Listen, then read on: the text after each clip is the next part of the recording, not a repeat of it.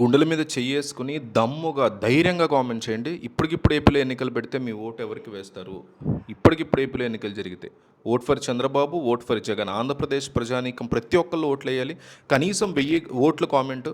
ఈరోజు సర్వే చేస్తున్నట్టు మనం ఇప్పటికిప్పుడు ఎన్నికలు జరిగితే ఏపీ ప్రజలు ఎవరి వైపు ఉన్నారనే ఒక భారీ సర్వే ఇది. సో మిస్ అవ్వకుండా ప్రతి ఒక్కళ్ళు కంపల్సరీగా కామెంట్ చేయండి. ఆంధ్రప్రదేశ్లో ఎన్నికలు జరిగితే ఎంతమంది ఎవరికి ఓటేస్తారు, ఎక్కువ ఓట్లు ఎవరికి పడతాయి? భారతదేశ నియోజకవర్గాల పునర్విభజన అనేటువంటి అంశం, డీలిమిటేషన్ బిల్ ఎట్లాగైతే పార్లమెంట్లో అది లోక్సభలో వీగిపోయింది ఆ బిల్లు, కానీ మళ్ళీ తీసుకొచ్చే ప్రయత్నం చేస్తున్నారని తెలుస్తుంది. సో ఈ బిల్లుకు సంబంధించి మనం ఒకసారి పరిస్థితిని కనుక అబ్జర్వ్ చేస్తే అసలు ఈ పునర్విభజన అంటే ఏంటి, దీనివల్ల మన దక్షిణాది రాష్ట్రాలకు జరిగేటువంటి నష్టం ఏ రకంగా ఉంటుందనే విషయాల్ని క్షుణ్ణంగా మనం అర్థం చేసుకోవచ్చు. సాధారణంగా ఒక దేశంలో జనాభా పెరిగే కొద్దీ దానికి తగ్గట్టుగా ప్రతినిధుల యొక్క సంఖ్య అనేది పెంచుతూ ఉండడం సహజం. కానీ ఇక్కడ ఒక చిక్కు వచ్చి పడిందనమాట. అదేంటంటే గతంలో ప్రభుత్వం ఏం చెప్పిందంటే జనాభాతో సంబంధం లేకుండా అన్ని రాష్ట్రాల్లో సమానంగా సీట్లను పెంచుతాము అని మాట ఇచ్చినటువంటి పరిస్థితి ఉంది. కానీ ఇప్పుడు పార్లమెంట్లో ప్రవేశపెట్టినటువంటి కొత్త నిబంధనల ప్రకారం 2011 జనాభా లెక్కల ఆధారంగా ఈ విభజన జరగబోతోంది. ఇది వినడానికి బాగానే ఉన్నా లోతుగా ఆలోచిస్తే దక్షిణాది రాష్ట్రాలకి ఇది ఒక పెద్ద దెబ్బ అని చెప్పక తప్పదు ఎవరైనా సరే. దశాబ్దాల క్రితం కేంద్ర ప్రభుత్వం ఇచ్చినటువంటి జనాభా నియంత్రణ పద్ధతుల్ని దక్షిణాది రాష్ట్రాలు అయినటువంటి ఆంధ్రప్రదేశ్, ఉమ్మడి ఆంధ్రప్రదేశ్, తెలంగాణ, తమిళనాడు, కేరళ, ఇవన్నీ కూడా కర్ణాటక పాటించాయి.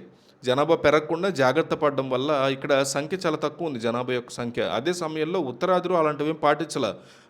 జనాభా యొక్క నియంత్రణ సరిగ్గా జరగకపోవడం వల్ల అక్కడ జనాభా విపరీతంగా పెరిగిపోయింది గడిచిన దశాబ్దాలుగా. ఇప్పుడు జనాభా లెక్కల ప్రకారం సీట్లు కనుక పెంచితే నియమాల్ని పాటించినటువంటి మనకేమో తక్కువ సీట్లు, పాటించని నార్త్ ఇండియాకేమో ఎక్కువ సీట్లు వచ్చేటువంటి పరిస్థితి ఉంటుంది.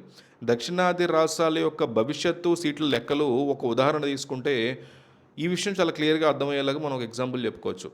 ప్రస్తుతం తెలంగాణలో 17 పార్లమెంట్ స్థానాలు ఉన్నాయబ్బా బేసిక్గా.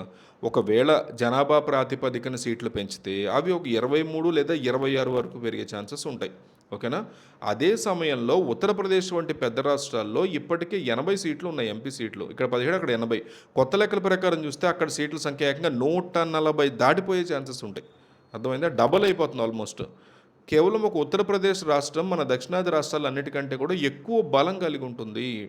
ఇలా జరిగితే పార్లమెంట్లో ఏ నిర్ణయం తీసుకోవాలన్నా ఉత్తరాది రాష్ట్రాల యొక్క మాటే డెఫినెట్లీ చెల్లుబాటు అయ్యే పరిస్థితి ఉంటుంది. దక్షిణాది రాష్ట్రాల సమస్యల్ని కానీ ఇక్కడి అవసరాలని కానీ ఎవరో పట్టించుకున్నటువంటి పరిస్థితి ఏర్పడే భయం ఉంటుంది. మనం కట్టే పన్నుల వల్ల దేశానికి ఎక్కువ ఆదాయం వస్తున్నా తిరిగి మనకు వచ్చేటువంటి నిధులు మాత్రం చాలా తక్కువగా ఉంటున్నాయి. మనం రూపాయి పన్ను కడితే మన కనీసం 20 పైసలు కూడా తిరిగి రావట్లేదు అని అనేక రాష్ట్రాల ముఖ్యమంత్రులు ఇప్పటికే ఆవేదన వ్యక్తం చేస్తున్న పరిస్థితి డెఫినెట్లీగా అనిపిస్తుంది. ఇప్పుడు ఈ నియోజకవర్గాల యొక్క మార్పు జరిగితే ఈ వివక్ష ఇంకా ఇంకా పెరిగిపోయే ఛాన్సెస్ ఉంటాయి. కాబట్టి ఈ సమస్య మీద మన నాయకులు డిస్కషన్లు పెట్టాలి, మాట్లాడాలి, దీని మీద పోరాటం చేయాలి. అట్లాంటివి ఏమీ చేయకుండా ఆంధ్రప్రదేశ్లో దౌర్భాగ్యవశాత్తు, దురదృష్టవశాత్తు చంద్రబాబు కానీ, పవన్ కళ్యాణ్ కానీ, జగన్ కానీ ముగ్గురు కూడా ఇద్దరు కేసుల భయం వల్ల, ఒకళ్ళేమో వాళ్ళతో పొత్తులో ఉన్నాం అనేటువంటి భయం వల్ల కాబోలు సైలెంట్గా ఉండిపోవడం అనేది మన దౌర్భాగ్యం అని చెప్పుకోవాలి. మొత్తం మీద బిల్ అయితే వీగిపోయింది, మళ్ళీ తీసుకొచ్చే ప్రయత్నాలు జరుగుతున్నాయి అంటున్నారు.